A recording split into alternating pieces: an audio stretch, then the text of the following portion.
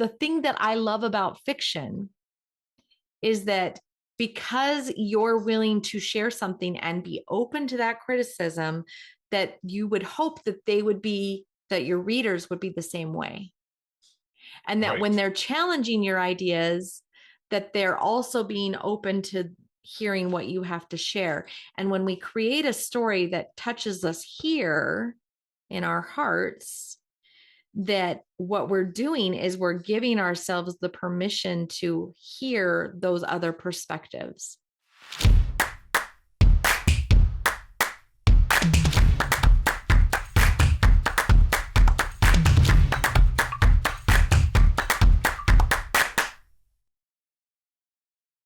Welcome to Pros Talking Prose. Today we are going to be chatting about something that might be a little bit hard for some of you to hear. Troy and I talk about writing careers. We talk about the writing business. We talk about all aspects of the pros and the pain that come with this chosen profession, if you use it as a profession or a hobby. But we're going to be talking today a little bit about receiving criticism and how that can sometimes feel and how to respond to it. So I'm gonna preface this with a little bit of a little backstory here, and the reason this topic has come up. There are several things that are going on in the publishing world right now that have to do with receiving criticism. A couple of months back, I remember talking to you, Troy, about how some readers attacked an author who got into a reader space and was like, "Oh, I'm sorry that you didn't enjoy my book. Here's a copy." And then she just was absolutely just blown out of the water because people were so harsh and mean to her about, "You're not supposed to be in this space. This is a reader space only." And I thought that was weird, but that I was schooled and taught that it was actually like a thing. I didn't know that, yes. but it's a thing. Yes, But anyway, the thing is that Troy and I have had a couple of recent clients receive some criticism from us regarding their work. In fact, we're working on a couple of manuscript reviews this month. I know you've got two in your queue right now. I know I have one in my queue that I'm working on that I kept for myself, and it's the same issues that you're having with the ones you're having, which is that they were written with AI, and we're going to have to come back at these authors with some criticism on how to fix these manuscripts. And then one of the funny things about this is that we're seeing this overly sensitive social response to everything that's going on in the world right now. If you pay attention to not just with writing, but with regard to anything where people, if they get any kind of criticism, they immediately go into this defensive mode and they feel like their safety is at risk. It gets to this far extreme, weird reaction. But what we want to talk about specifically is the way writers respond to editorial feedback. And recently we've been challenged by a couple of authors in that editorial feedback, and the different responses that we've gotten have been eye-opening, but also, I guess, enlightening and somewhat encouraging. So I want to lead into that with that. So the first one I want to talk about is the one that we think that maybe is getting kind of affirmations aplenty from the AI. And he approached his project with the idea that he wanted to get a book award. I'm not going to name names. He wanted a book award. No. I knew from previous books that he'd written that this was potentially a doable thing if he would take some editorial feedback and criticism. I started reading his book. I started doing a copy edit because from the previous projects, I just came in as a proofreader and formatter. So I thought maybe that he had enough chops that I could just get in with a copy edit. But I realized early on that there was a lot of issues. So when I sat down with him, I brought on Troy onto the project and we were going to work with him. And it just went south. The gentleman didn't want to make any improvements. He liked what he did. At one point, he tried to do some improvements, but he implemented an AI revision. And then we said that's not fixing the issue. And he went back to this previous iteration. We thought we were going to be able to work with him going into next week, but the idea was that he was just not going to do any revision. He just was going to go forward. And we were like, okay, we'll just go forward. But he then came back and said, you know what, never mind. I want to do it my way. And then he just has walked completely away from the relationship. It's all good and amicable, but the problem is that he is, Troy and I, in our correspondence with him, I think we are seeing a bit of an ego issue here. And so I kind of want to speak a little bit about ego and how come this becomes so sensitive for authors. So what do you think, Troy? So first of all, just in my experience, which is literally with hundreds and hundreds of authors and people from various walks of life that want to write a book, but like they end up hiring a ghostwriter or whatever the case may be. And here's the thing is, first of all, until they do it, everybody thinks that writing a book is much easier than it is. Right. Then people who have written books, authors have what I call a very big but fragile ego. And I've met a lot of authors that are this way. Like you can have 100 great reviews of your book. You get one-star review and it devastates your entire week. And I mean, I've literally seen authors like this that like they read their reviews and then an entire week of their life is just, they can't write, they can't move. I got a bad review. Something must be wrong with my book. And I'm like, you have 95 good reviews. What's the problem? Right. But that one can just pinprick that ego that's almost required, because you have to love your work. You have to be confident in it to market and promote it. Right. So there's this weird balance. But the problem with that is that, especially with new authors, what they don't understand is that ego and that confidence comes in the finished product, not your first draft. Right. You must, and I say this a lot, we've talked about this a lot, is that everybody writes a really crappy first draft. Everybody. Right. And then you revise and you do some self-editing and some revision, and then you pass it to an editor, and then it becomes a great book. Right. But it does not become a great book the moment I put it on pixels or paper or whatever it is that I do. So you must be open to criticism at that point, and you need to pull your ego away from your manuscript and allow other people to edit it and work with it for you so that it makes it really what it can be, what it has the potential to be, and makes it great. So the author ego is something that we need to both cultivate and pull back at appropriate times. And the appropriate time to pull it back is when you're getting feedback on your manuscript early, because that's what's going to prevent those one-star reviews. Well, it won't prevent them, but it'll limit the number of them for sure. And it'll get you more good reviews, is by letting somebody critique your manuscript now when it's in its rough phase before it moves forward. And so when people get editorial feedback, almost always, especially when they're new, the first batch of feedback they get, they're mad. They're angry. That seems to be the original initial. And that's like my first book. The first edits I got back from my editor, my first editor, I had a second editor on that book. That's another long story. But anyway, the first editor, the first edits I got back from her, I was ticked off. Like I was mad. And so I let it sit. I took the advice that I'd heard from other people. I let it sit for a little bit. And then I went back and looked at it and went, yeah, she has a point. And these are things that I need to fix in the story. And she had told me I loved the story, right? And then I looked at her edits and I didn't believe her. And then once we worked through that process of the editing process, I realized she had told me the absolute truth. She did love that story, Otherwise, she wouldn't have taken the time to make all the changes in it. And that's what I tell people too. Is Exactly. like part of this process is if I don't love your story, I'm not going to take the time to make a ton of changes in it because why? It's you've made something that's not that's it's going to be a struggle to get it to be something great, right? Hmm. And it's always a struggle. That's the thing It's a is it's struggle for always a the struggle. editor and the writer. And the author.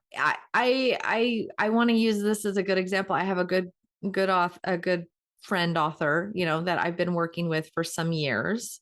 Um, he was a referral when I first started working with him on a nonfiction book that I actually think is brilliant and I think completely underrated. Wonderful book. But anyway, did a great job on it. Um, and then, but when I got it, my job was to copy edit it. I wasn't messing with the Mm-hmm. substance of it. I wasn't doing anything of that. I was just copy editing it. Copy editing, guys, that's your technical editing. That's your, oh, this verb is the wrong verb or it's in the wrong Mm-hmm. place. Like it's just the Word logistics. choice, Right. logistics, It's logistics. structure a little bit. Right. Yeah. Not necessarily style, except more or less just to make sure that the author's style and voice resonate, right? Clarity, Clarity, right? stuff like Communication that. is clear, Mm-hmm. all that stuff. So I'm doing that type of edit. He was so pissed at me when he got my edits back the first time. I mean, like he said that he had to like sit on them for weeks before he would respond. And then finally when he Mm-hmm. responded, he was like, "Okay, I'm ready to do this work." It's funny, I was just talking to this author this morning, and that was like we're now working on some fiction of his, and he's going through this very lonely, um, depressing type process of like figuring out and waiting for an agent to respond and all that stuff. And it is very lonely and it's very difficult. So I've become this just words of encouragement counselor because Yes. we just talk about like, what are you working on, like what are you doing, like do you need any help. It was just literally like having a conversation with a friend, just making sure that he was okay. Because it's lonely, it's a lonely job that we do. But he he said, "Stacy, I'm finally working on your edits." And I'm like, "Dude, you've had those for like a few weeks now." And he's like, "I know, but you pissed me off." and, It I, happens and I'm like, all we've the worked together so many time. times and like he literally was like calling me to ask, like, and we ended the call. We tell each other we love each other when we're done with our call because it's just we carry about we've become friends over the years and working through these projects together. But yeah, it was like, you pissed me off.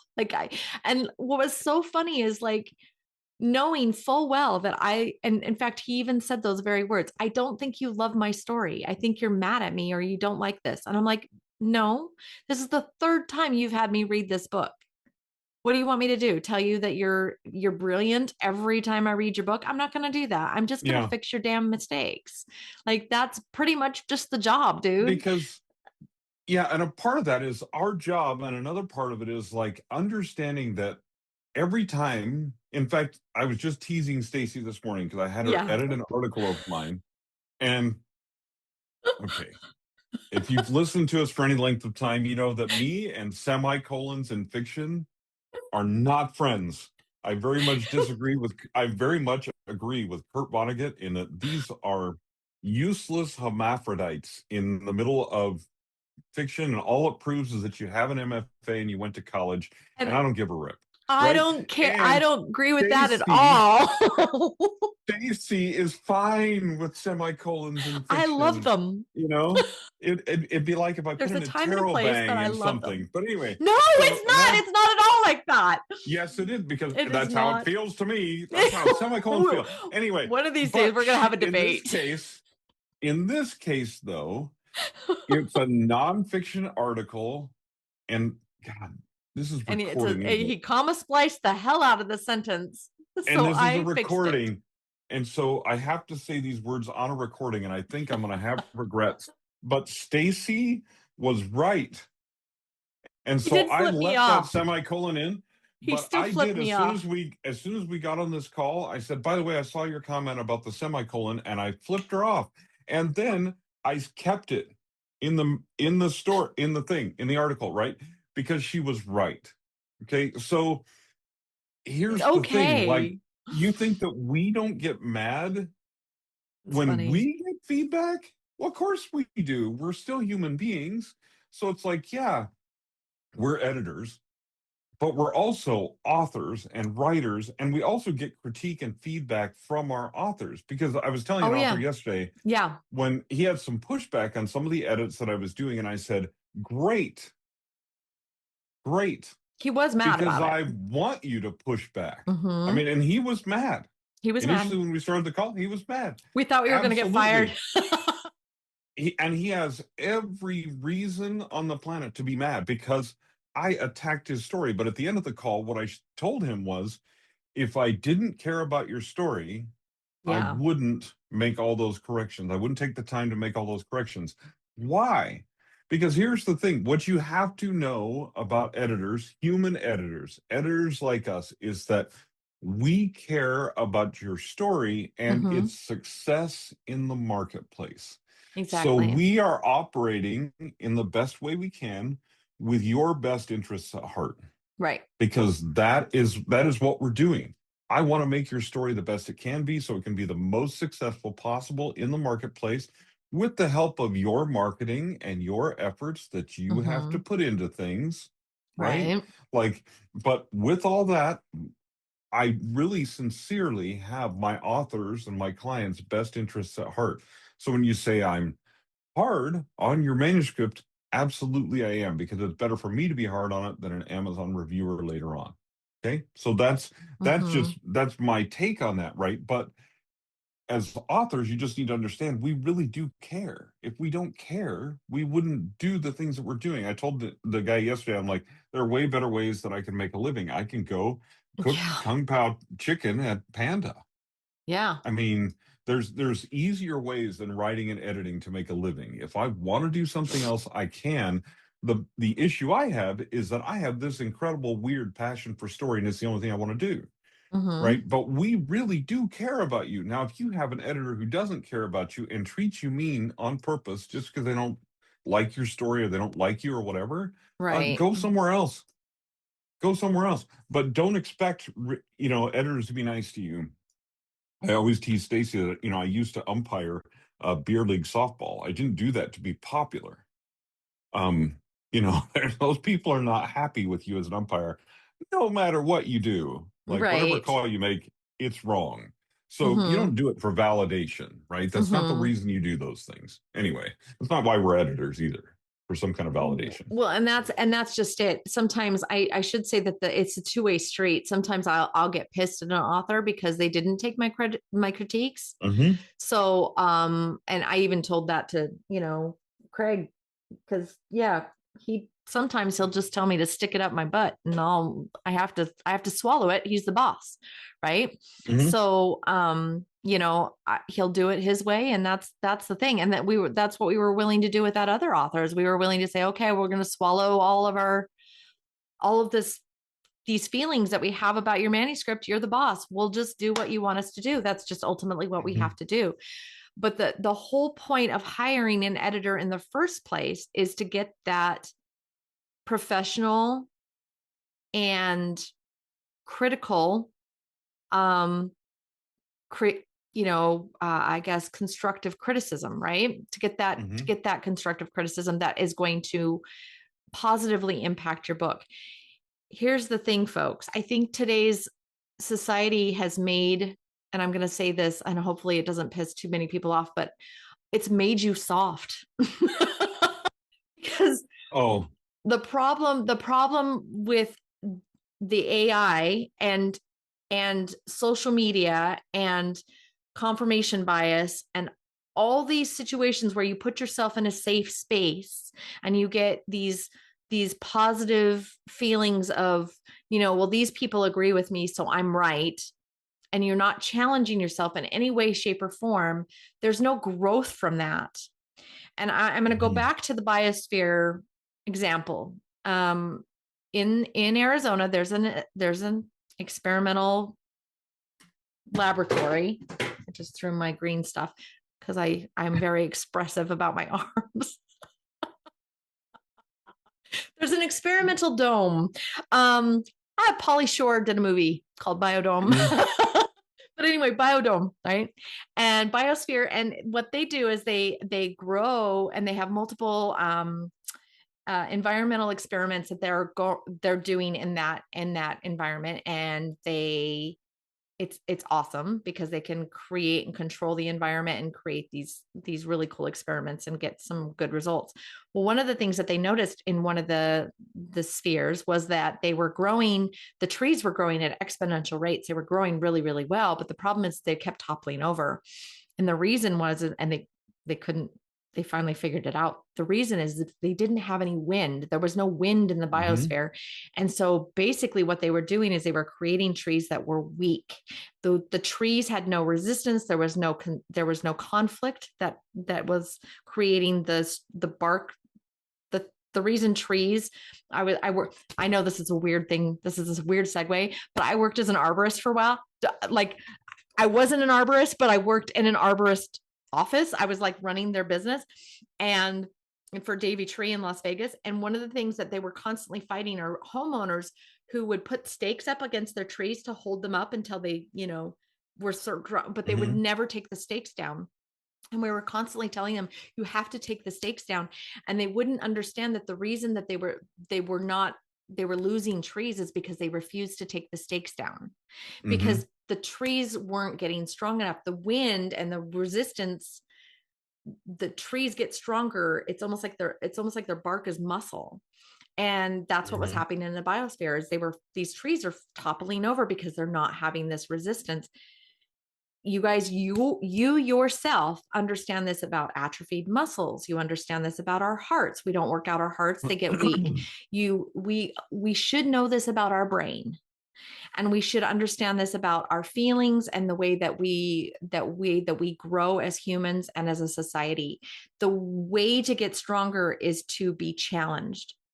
When you put a book out there, you're going to be challenged whether you want to be or not. You are putting yourself up for criticism. You may get it up front, you may get it on the back end, but you're going to get it. So what you need to know is that if you're writing a book, you're going to get pushback, and you need to be prepared for that.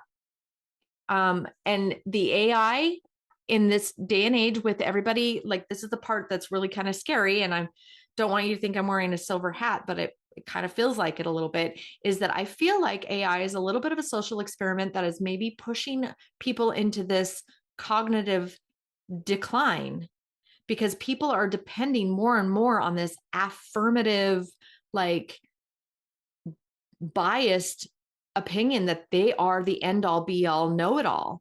And they aren't. And so when they come to somebody like Troy and I, who are professionals who have been doing this business for a very long time, between the two of us, more than a quarter of a century, like, you have to understand. I mean, we're actually, between the two of us, almost a half a century.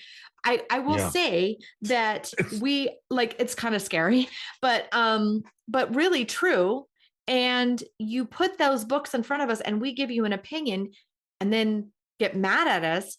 We're going to understand the mad, but then you have to kind of reel it in and then think, okay, what are they telling me that can help me be a better writer? Well, let me put it this way, because it's interesting. This is about, instead of an emotional response, divorcing yourself from the emotion as much as possible and taking a logical response to things. Because here's the thing, and I'll use this example that Claire Taylor used in a Substack the other day that was just awesome. I love Claire Taylor. And here's the thing, is as authors, constantly through the years, what we have looked for, what especially new authors have looked for, is an easy button. Okay, because it's super hard to make a living as an author. Well, before we just self-publishing... Pause. Can we just say that again? It is Yeah. super hard to be an author. It is not an easy Yes. job. In fact, I will Well, quote my author from this morning. I said, being an author is amazing. He says, it's not. And he looked at me and he says, it's effing hard. And he's yes. right. Well, it's exactly what Michael Brent Collins says is this is the most awful and amazing job you can ever have. Exactly. And it's so great to be bipolar. Anyway, but look, okay, so here's the deal. It's always been very hard to be an author. It's always been very hard to be a Always, successful author and make a living at always. it. Before self-publishing, you had to go through the gatekeepers of publishing houses. They Yep. received thousands of submissions a year. They accepted hundreds. What that meant was that, and we were just talking about this before The before we started recording. recording, Mm-hmm. is that sometimes if you didn't get rejected at least 20 times before you got something picked up, what it meant was you sent it less than 20 places and Yeah. you probably didn't get picked up at all. That Right. it was total we were totally normal with being rejected. And each rejection could feel as personal as you wanted, but the majority of the time, because after that I worked in acquisitions as an acquisition editor, and the majority of the time, in fact, all the time that I worked in acquisitions, it was never something personal when I rejected your manuscript. It had to do with the ability of the publisher to market that manuscript. Mm-hmm. That And it still manuscript was does. polished enough for us to take it on, right? Okay, so that then we did away with the gatekeepers and we got self-publishing, and everybody said this is the easy button. But what we realized very quickly, those of us who got into this game, was that it was not an easy button because the gatekeepers were out of the way, but now we have readers, right? And they are Mm-hmm. particular about what they read. And then your number one issue as an author became discoverability. How are people going to discover me? This is what we talked about a few weeks ago when we talked about mass audiences versus micro community, Right. right? Micro community is an easier way to be discovered, Right. right? And discovered enough that you can make a living at it. But you still have to be discovered. You still have to rise to the top of these millions of books that people are publishing on Amazon, especially now with AI, where they're You know publishing what's even funny? more, Okay, these you guys, know? I'm going to call them out because I'm starting to get really pissed at the false information that they're spewing. If you listen to us and you also listen to the author update, I need you to understand that those guys are not spewing correct information. A couple weeks ago, they said that Mia had filed a lawsuit. She didn't. She hadn't filed a lawsuit yet against Hachette, so that hasn't happened as of this podcast. She has not filed a lawsuit. But the other thing is that that they said recently was that they used this number 4.4 million books were published in 2025 that were AI books. Guys, that's not the statistic. It's actually before AI, that was the average submission rate of new authors that were published in the Amazon world with self-published authors. Like that was the amount of books that were published every year before AI. So you have to understand that with AI, that is exponentially bigger. It's not All right. 4.4. We don't even have accurate We don't numbers even yet for have that. that data yet. And we don't have enough data. Part of the reason that we don't have accurate data upon that is not everyone is checking the box that says their book is created with AI when they actually create it with There AI. you go. Some of them are not doing that. Now, Mm-hmm. that's a whole other topic, a whole That other is a whole other debate. topic, but I wanted to point out But that the world is saturated, and right. that's why Well, this and is a problem. I've talked to several publishers doing acquisitions as well. And one of the things that they've started doing, even though they're not accurate, so I'm not going to argue that point with you at all, but they're Mm-hmm. using AI detectors on a manuscript before they even pass it to an editor to Yeah. read it. Because if it ticks over 70% AI created, and usually they check it with a few different AI detectors, so they're not using just one, but they're using a few, they're checking it. If it's over 70% AI generated, they automatically reject it because they're being inundated with AI written manuscripts. Well, and And the struggle is, I mean, we talked about this before. The struggle is, first of all, you can't copyright those. But we also, the thing is, even though AI detectors are not accurate, we as publishers, we have to somehow We have to sort sift out of the it. pile. And you know what's And so funny? the only way to do it at the moment without reading every single manuscript, which takes a tremendous amount of time, I can talk to you about acquisitions, some other time. But anyway, Yeah. without that, without reading every single manuscript to double check and see if the AI detector is really detecting the right thing or not, um, there's just no way to sort through all of them. So people are opening up for submissions for a week in weeks when they would normally get a few hundred manuscripts, and they're ending up with 3,000 in their inbox. And Well, you know what's what can I funny? do with that? The Like, what can last, we do with that? like I said, you and I take on, between the two of us, I think, I don't know, I take on about 20 to 30 new authors every year. Like that's kind of Yeah. like my normal So average, right? And between the right two of us, now, about 40, yeah. probably. And so right now, you and I are dealing with this. We have four new authors that we've just taken on. All four of them are AI authors. Hmm. And here's the thing about And that it's like, is, so holy what we have crap, to how do we tell deal with them if this? they're going to self-publish is we say, well, you have to edit the AI voice out of it. Because here's the thing too, like one of the ones I'm looking at is the guy is obviously pretty good at AI prompting. But Mm-hmm. here's the problem. He's used AI prompts to edit his manuscript. I can tell. We Mm-hmm. talked about that on another podcast. I'm not Right. gonna belabor You that can point download again, that but we tool, go can last tell. week, and you can get that tool and you can see all the signs and tails and tells and But everything like that. I can tell in this particular case because I know what happens when you use AI to edit AI and you tell it to remove all these things. What happens It is becomes it very removes robotic. almost all the description. Uh-huh. So several chapters in this book, we have kind of semi cool events happening. It's not a terrible story, but we have no sense of place because there's no description of the setting. Mm. Because he's likely, unless he's just a severe underwriter, but there's some other tells that tell me it's likely he used AI for this, along with the fact that he sent me prompts with the manuscript, an Yeah. editing prompt that he used with the manuscript.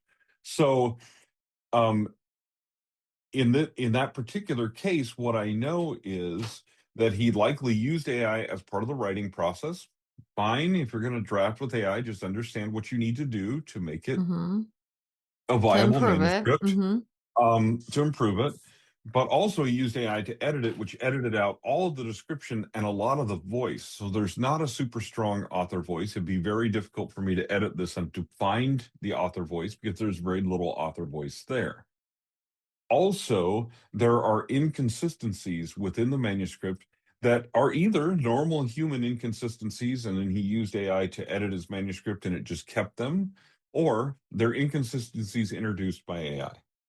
Okay, so there's all of those problems are clearly in the manuscript. Now, whether those are human problems or AI problems, it's still bad writing that needs fixed, right? Right. We did So, notice also that, and this is something that I didn't bring up in our last one, in our when we talked about all the different tells and things that AI does, but it's something that I have noticed in the more recent manuscript submissions is time is weird. Time doesn't work. mhm, So the timing of things is off on everything. right. And we talked about this a little bit with that last manuscript we just did, but And it could it's be interesting. in some cases, that's human error in Yeah. pacing. But in some cases, In some cases it's I don't want to, I haven't done enough yeah, I experiments haven't to done prove this. experiments to see it. This is editor instinct is Hmm. saying that in some of those instances, it's AI introduced because AI does not have the right concept of time. Now that could be the way that could be in the there's a number of ways that that could have happened, right? So I'm Right, not right. saying that's all 100% AI's fault or whatever. What I'm saying is the point that I want to make is this, is that we've been looking for an easy button forever. We thought self-publishing was an easy button to a career, but it's not an easy Not button to a career because still the power law is still in effect, and we could have a whole podcast about that, but the power law right. is still in effect, which tells us that the top 10% of the people are going to make 90% of the money. In in publishing and self-publishing, what that means is only about 10% of those that are putting books out there, probably less than 10%, are actually marketing them and treating it like a business. So really, if you're an author, those are your only competition. Those other 6 million books don't even matter. Okay, they Right. don't. If Right. you're doing things correctly, but that's another discussion, right, for another day. Mm-hmm. But all of this to be said, that publishing now, what people are doing is they're thinking that AI is an easy button to drafting, because drafting is the hardest part of writing by far. It is also the most fun by far, in my personal opinion. If you like to draft with AI instead because you think that's fun, awesome. That's great. But I got into writing because of the passion I have for story, and that I wanted to tell my stories. I didn't want someone else to tell my stories for me. So that means I'm not letting AI tell my stories for me. Right. Right. That's simple thing. That's me. You do you, right? All that kind of stuff. But Right. people are seeing, I think, the way Claire put it is, we're seeing AI as a life preserver. Mm-hmm. Essentially, these AI models stole our work and that of other authors. Now, you can argue that back and forth if you want to, whether that's fair use or not, but the truth is they obtained the manuscripts from pirate sites and without Well, compensation to the I think author, I think with very few legally, exceptions. legally it was determined it was an illegal acquisition. So I'm going to say Mhm. it is illegal the way that Yeah, they did that. it's the illegal acquisition, which is from pirate sites, from all these other Mm-hmm. places where they did not compensate the author. It'd be different if they bought my book and learned from it. They did not buy my book. They took Right. it Right. without my permission and without compensation. Okay, but so to say that they stole our work and then they put it into these large language models, and then they're selling it back to us as a Mm-hmm. life preserver, as an easy button that's going to make this easy for us, right? Mm-hmm. Here's the thing: drafting and writing has always been difficult and chaotic. So there are parts of my life, my personal life, that are very ordered. They are very strictly ordered. I'm very anal about certain parts of my life. Like where The he puts his reason, keys. like where I put my keys in my wallet. The reason, though, the reason for it is that that order in my ordinary life allows me to embrace the chaos of this part of my life. Right. Right? It's a simple thing that I have, but I understand that this life is chaos. It has never been simple. It's never been easy. And there is never, in the history of all of the writing things that I know of in the history of man, there has never been something that's an easy button. The printing press made it easier to distribute your work, Right. but it did not make it easy, because Right. printing was expensive. So there were Still is. obstacles. There's always conflict. Guys, this is just like a story, right? As an author, we write stories. We don't write stories without conflict, because the way we as humans learn most often is from failure and conflict and Right. stress. Exactly. Even though, so our normal lives, we always hope that they're fairly boring, our personal lives. They Mm-hmm. don't make good stories. Why? We avoid conflict, right? Because we want peaceful lives. So we avoid the hard things sometimes, right? But you don't go to the gym and walk in and your trainer looks at you and says, "Looking good, dude.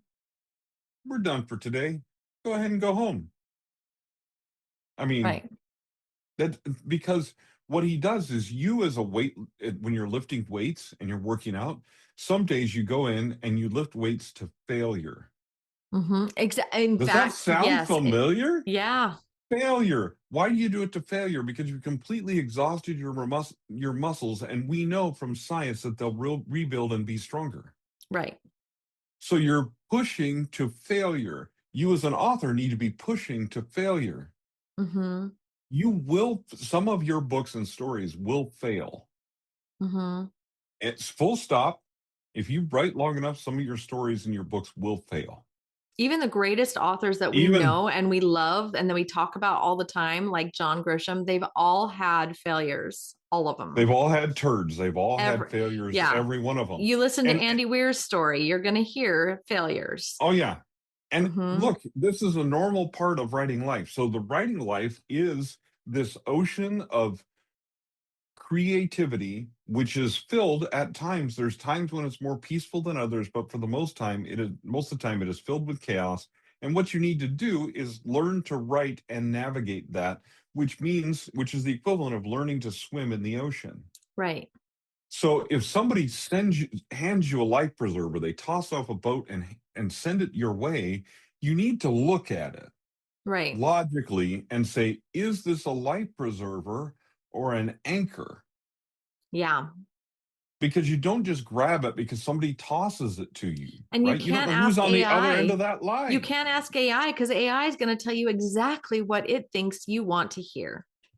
Right. Unless the only way AI disagrees with you is if you force it to by telling it that you want it to disagree with you. But even then, it's like, even then, yeah, it's like not completely truthful. It will lie to itself, guys. I mean, if you go watch AI Well, experiments right now, it is not, it is it's dangerous still how it's as like, as amazing as it still hallucinates. There are things that AI is super good at.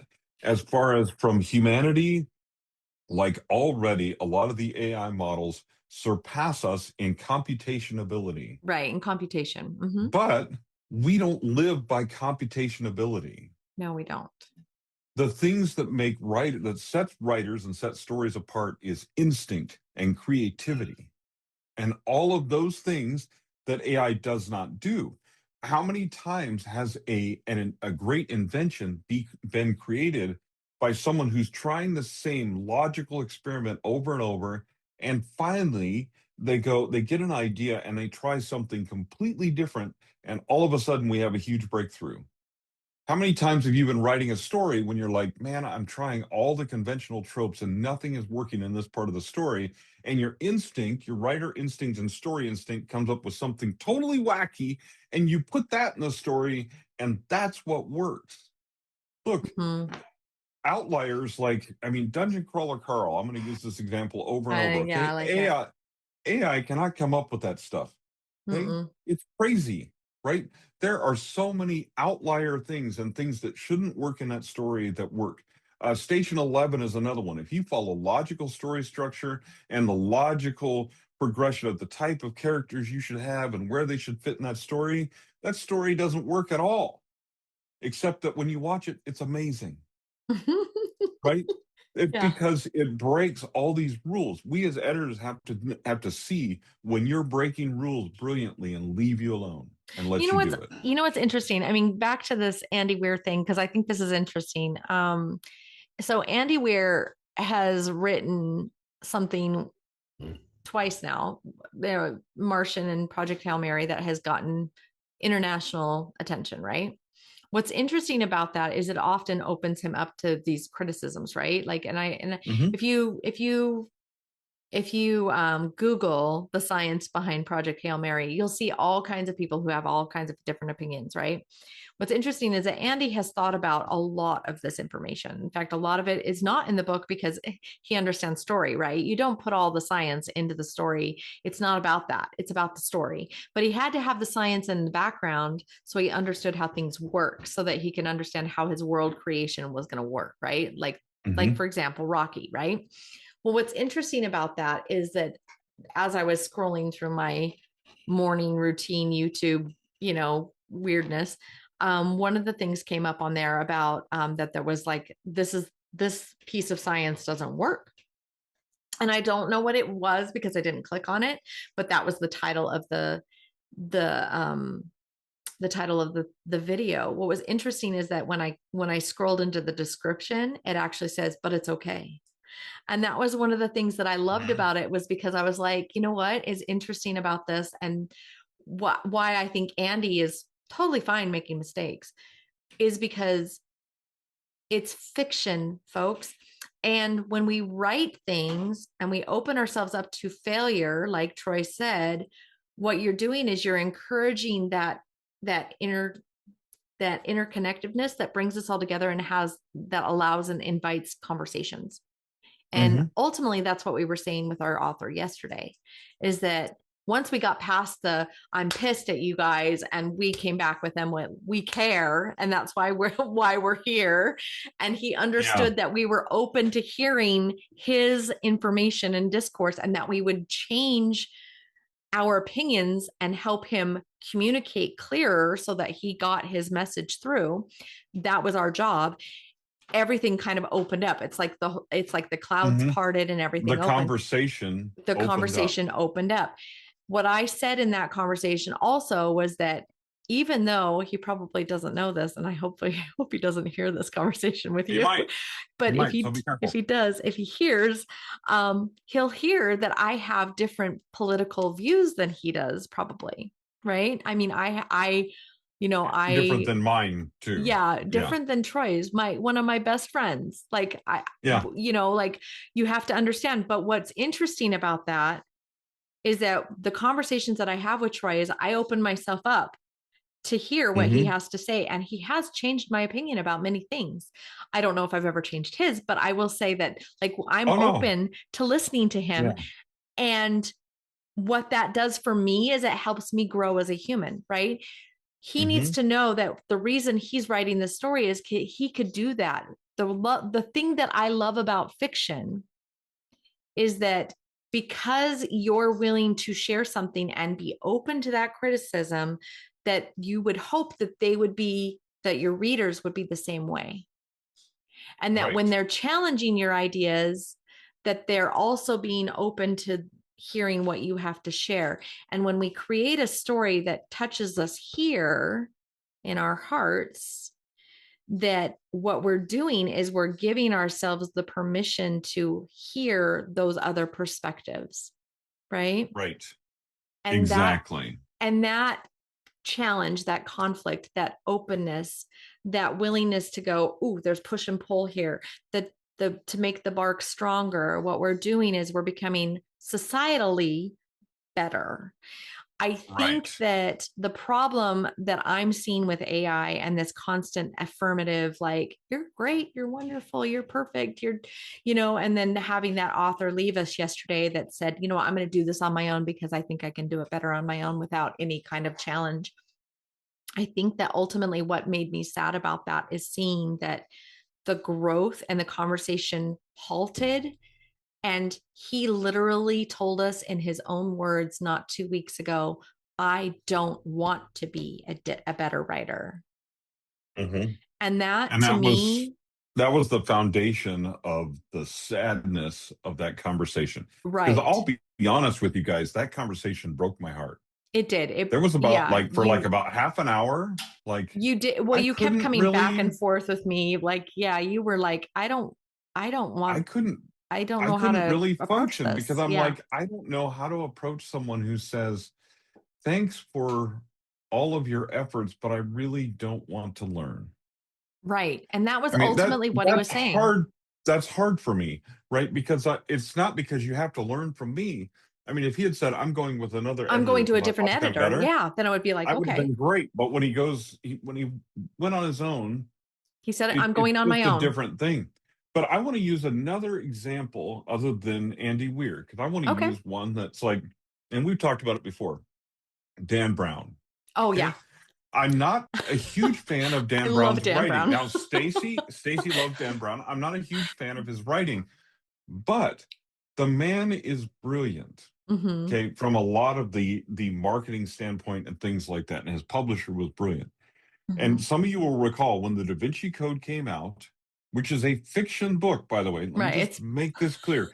It's a fiction book. There was a huge amount of Oh, there's so criticism much from criticism. certain fundamental Christian groups that Hmm. disagreed with a lot of the stuff that he said. Then a bunch of historians got on board and they said he did not get this history right. In fact, one historian that I read, it's one of the funniest reviews I've ever read of Da Vinci Code. He said the only historical facts that Dan Brown got right is that London is in England and Paris is in France. That's the only thing that he got correct. I love And it. this was a historian that said this, right? But I love here's it. the thing. There were a whole bunch of people who protested to the premise of this book and some of the contents of this book, and that was Yeah. historically inaccurate. And there was a Christian author who wrote a rebuttal to the Oh, Da Vinci wow. Okay. A Code. rebuttal A to rebuttal. a I'm not fiction book. kidding. To a fiction book. And there were Oh, groups of, I'm just going to say, evangelical Christians that created book clubs to read and criticize the Da Mhm. Vinci Code, which Mhm. meant that 20 people in that book club bought copies of the Da Vinci Code to critique it. Right? Dan Brown was sending them thank you notes because, Right.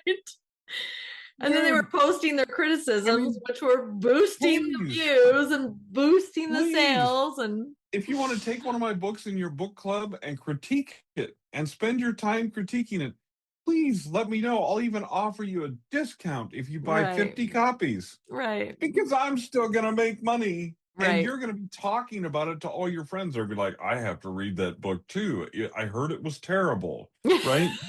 Right. I mean, how did it hurt Dan Brown to receive criticism for that book? It didn't hurt him at all. In fact, it propelled his next few books Yeah. where people Hmm. went back and read it. And then secretly, closetly, there were people that were like, I know my pastor critiques this, but this is pretty damn good. And you know what I mean? And so they're writing the next book. Now, look, I mean, and that's just one example. Twilight, the people are like, oh, I hate Oh, Twilight, I or know. oh, I hate 50 Shades of Grey. People are like you because here I was one of those people. I'm like 50 Shades of Grey. Oh my god, because I was in acquisitions at a publisher at the time, a romance publisher.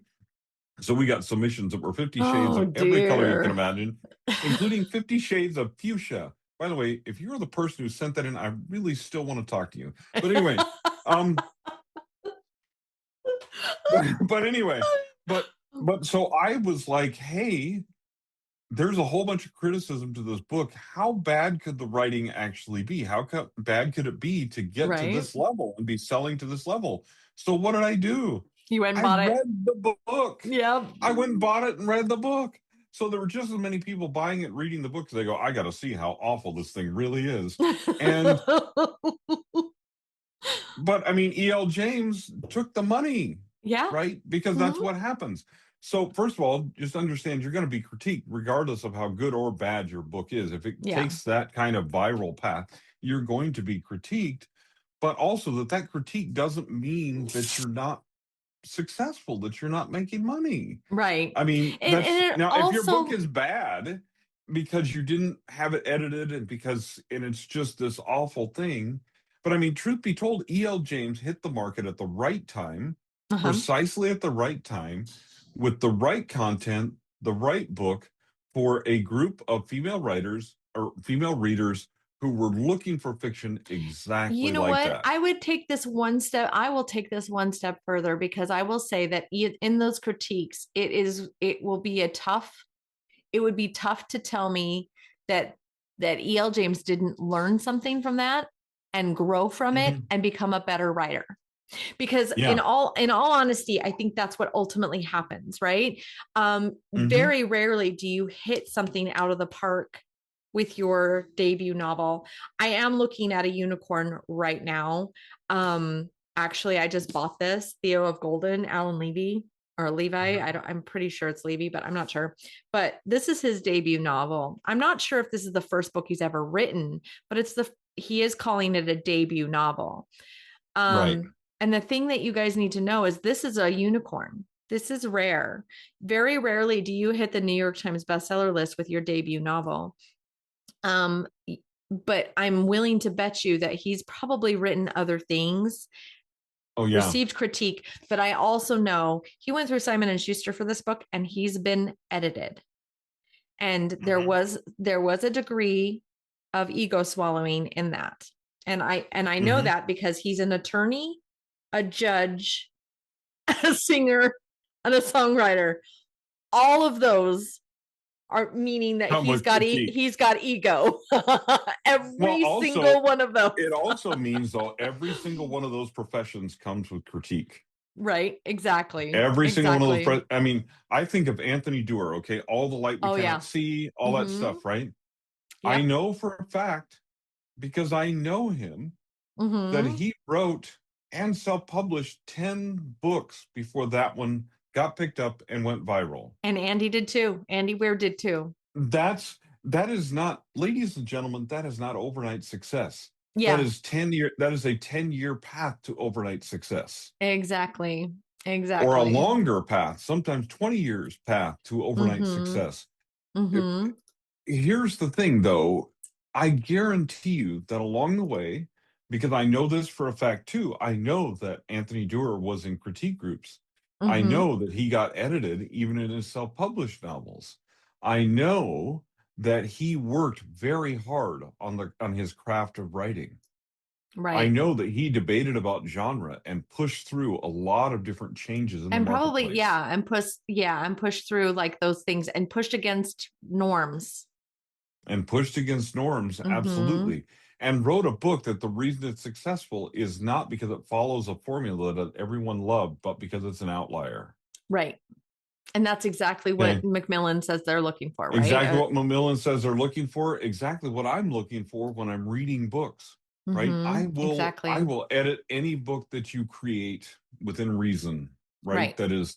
That is an original book that you created, but if you're I can guarantee you that the ones that will stick with me the most and that I love the most are the outliers. Right. We just edited one that's like it's a YA that's different. It sets Mhm. itself apart. I love it, right? Me Am too. I your typical YA reader? No. Nope. Nope, you're not. Why did I why am. I did love YA.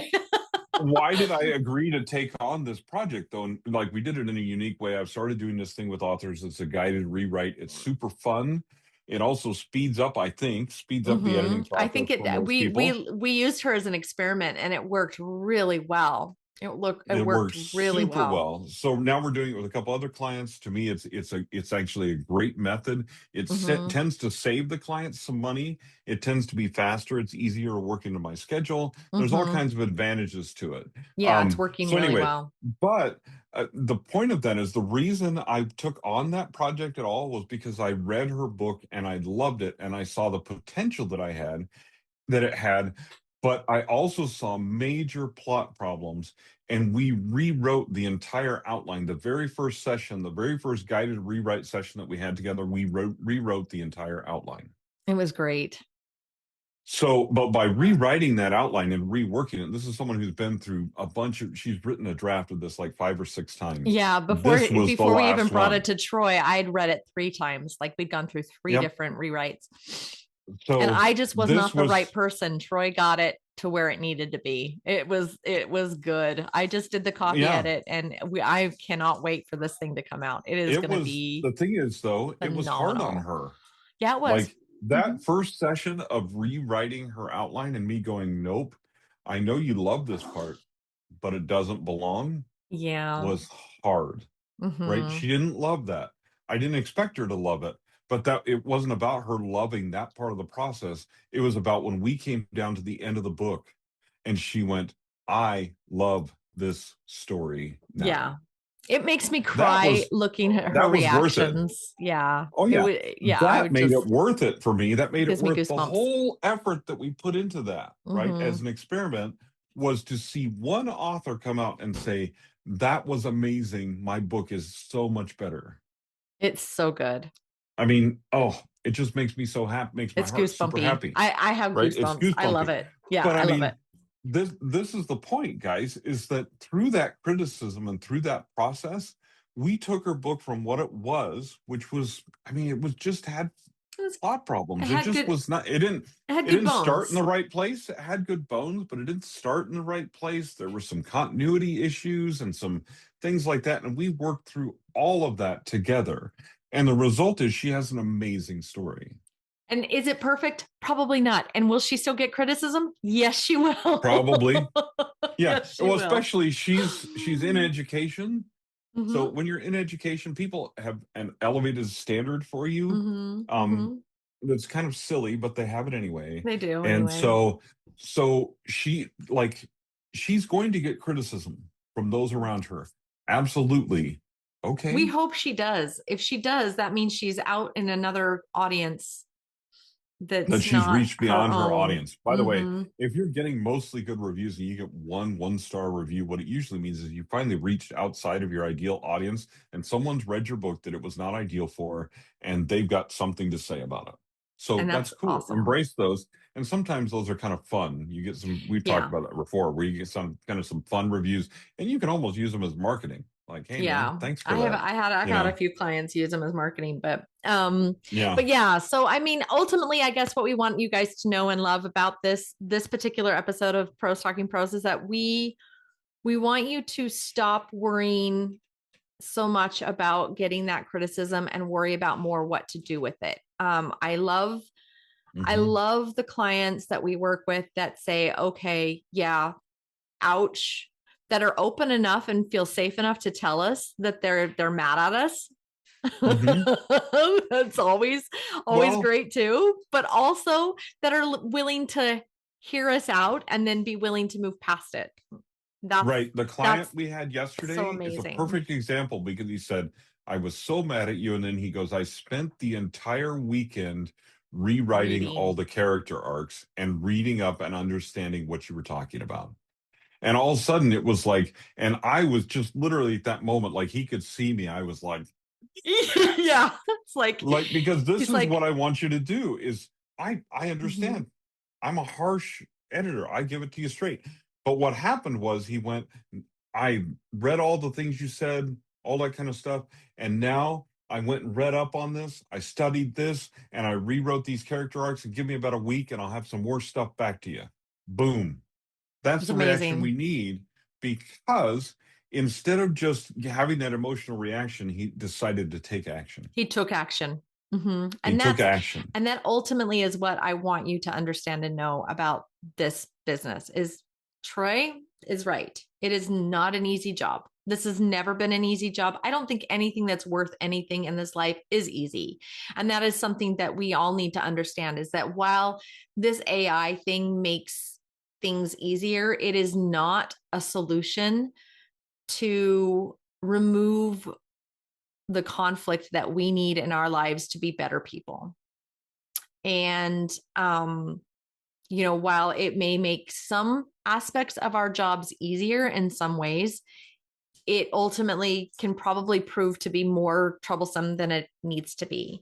So, Hmm. like in the case of revision, like it kind of just mucks things up. So when it comes down to revising what AI does to your manuscript and trying to weed out your real voice. It a lot of authors, and one author in particular that she went back in her work and she said to me this last week, she's like, "Oh my gosh, this is horrible." She ended up she's rewriting her manuscript because I don't think she kept her revision. I don't think she kept her previous versions because she's rewriting Hmm. and it's a lot of work. So it's pushed back and she's up against a hard deadline, like a really hard Hmm. deadline because she's doing a nonfiction workbook for a thing she's teaching and it's like it's hard deadline. So she's Yep. doing this and trying to get all of this done within a certain time frame and it is proving to be exceptionally difficult to clean out that AI that came in and like removed her voice and she's finding mistakes as she's doing it because she's going through line by line. So she's finding all these mistakes that the AI like inserted that she kind of skimmed over, assuming that the AI was doing it the way she needed it to. And in her nonfiction book, it was just not working, which is one of the reasons why Troy and I are opening up a new division of Print to Pro for entrepreneurs and business owners who want to write their books. So that is something we're going to be opening up in the coming weeks, and I'm kind of teasing out that. Um, Hmm. but you should know that as an author, like Troy said, this is not an easy job. Um, and if you find yourself having that emotional response, you take some time.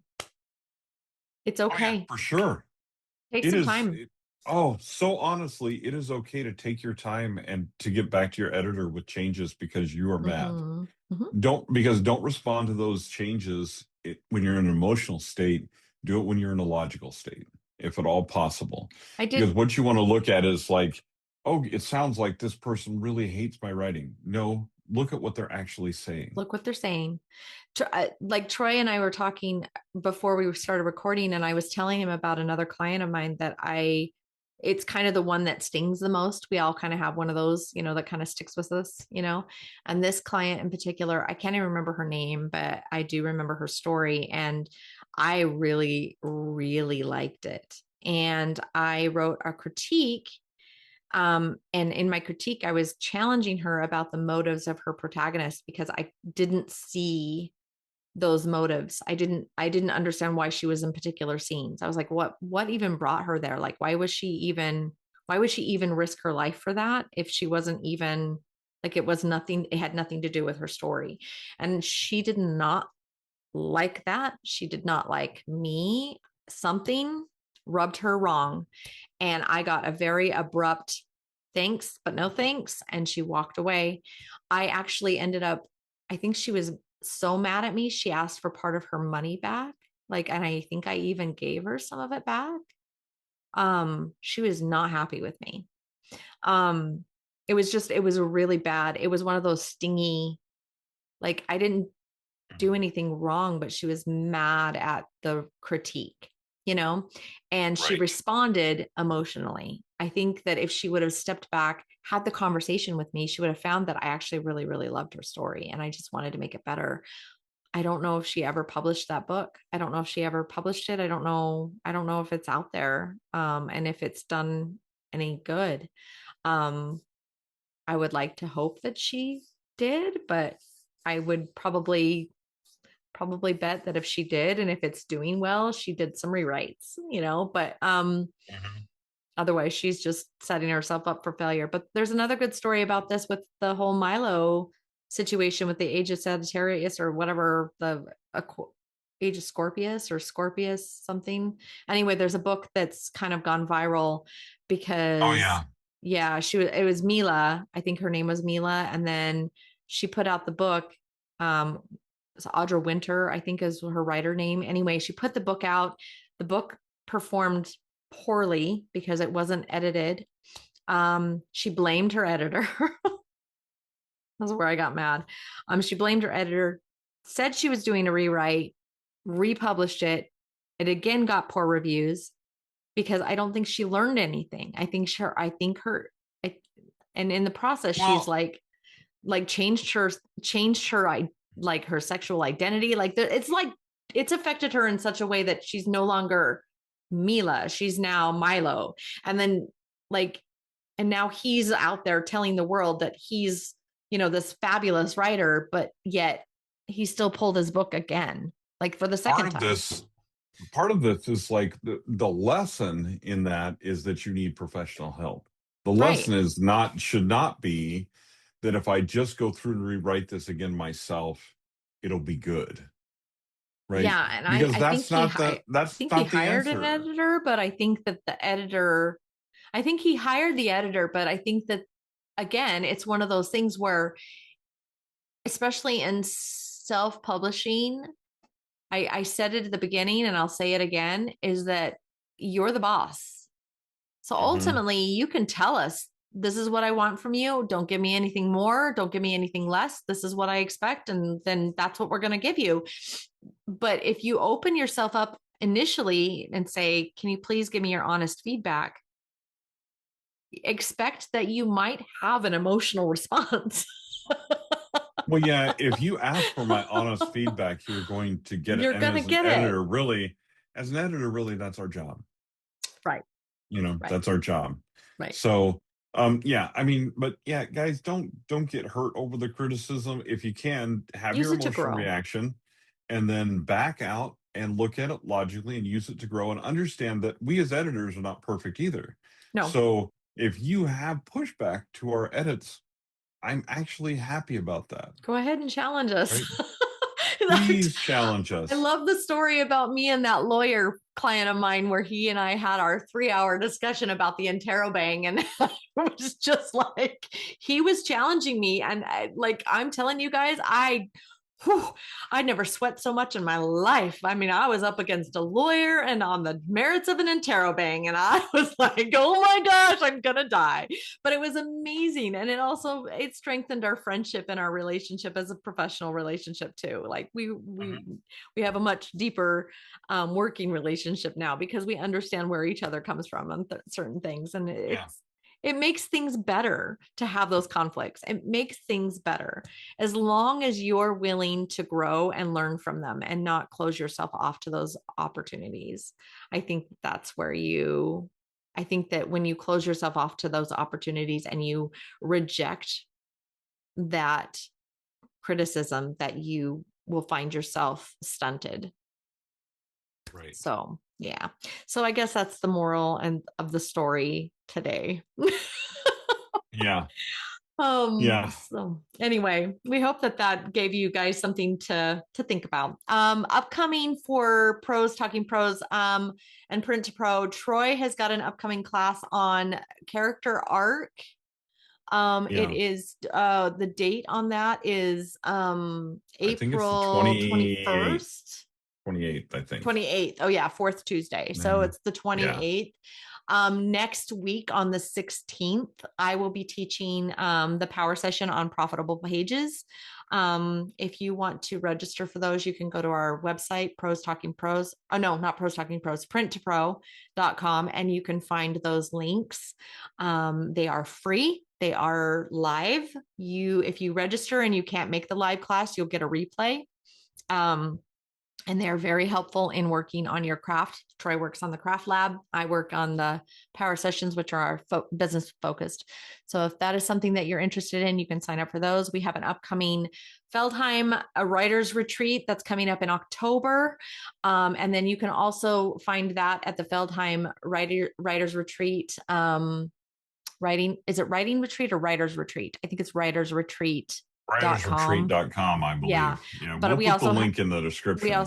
And we also have the links on our websites as well. And then also, finally and foremost, we are going to be at Killer Nashville this year, and we are also going to be at Author Nation. And if you guys want to register for those, you can find those on those respective websites. I think those are the two conferences that Troy and I are attending live this year. And I'm excited. And if you're in Boise on May 6th, I think it's a Wednesday. I'll be at the library. Is it the library at Colin Library at Colin Eustick, doing a presentation for a group on 5 ways to finish your first draft. 5 methods to use to finish your first draft. Because of course, as Troy always preaches, the number one thing you need to do is finish your first draft.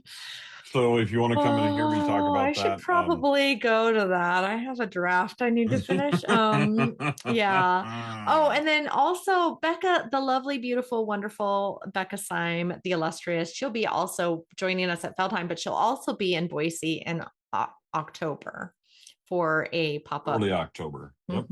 Yeah. So we're really excited about that as well. So we'll share more of those things with you guys as the year goes on, but just wanted to give those to you guys for, some heads up ideas. But we really appreciate you following us. We really appreciate you guys joining our community, share, and, feel free to comment and subscribe. We look forward to hearing from you guys. And we'll see you next week. Keep writing and stay weird. Stay weird. Thanks, everybody. See you later. Bye.